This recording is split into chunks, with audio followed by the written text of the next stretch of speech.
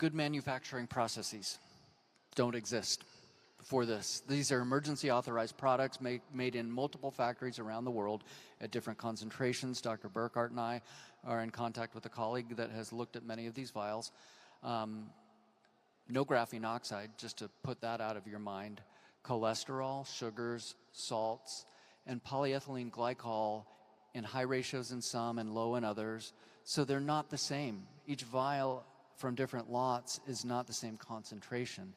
The other thing where a lot of people dodged a bullet and a potential harm is when people lined up in stadiums or outside and had these vaccination clinics, these vials weren't kept cold, and those fats turned into a glob of mush and the RNA broke down into nothing. So you got a shot of mush, which you're lucky, very lucky, because it wasn't kept cold. And so the other thing too is when you stir lipid nanoparticles, polyethylene glycol, and mRNA sequences, you can't agitate it quickly. You have to just put it in like a gently slow, smooth jazz dance. Well, when that happens, the lipids kind of float to the top. Now you have thousands of vials going across an assembly line, spitting out the content.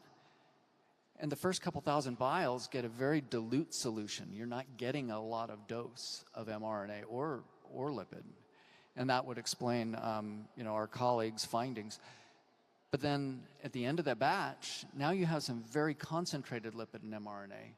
So in each manufacturing run of this very poor manufacturing process, which has lots of debris and lots of vials and all these heebie-jeebies and creepy things, are mostly manufacturing debris. And that's, again, what some of the mass spec we've looked at has shown. It's from stainless steel vats, it's from aluminum seals, it's from gaskets, et cetera, it's from crushed glass. All that crazy stuff that's out there. As a pathologist, having looked at a lot of these, and there's a big show coming out that you'll see soon, as Dr. Burkhardt's colleague has looked at some of these, the more we look at, it's bad manufacturing. And a lot of people, thank heavens, absolutely, that there's the bad manufacturing. And that answers why a lot of people have been fine. Because if these were, a good manufacturing process in a drug development process takes years, like 5, 6, 7, 8, 9 years, until you have a product pure enough that you can repeat every single time that it comes off the line that it's the same thing. You saw in that early European Medicine Agency last year, 50% pure.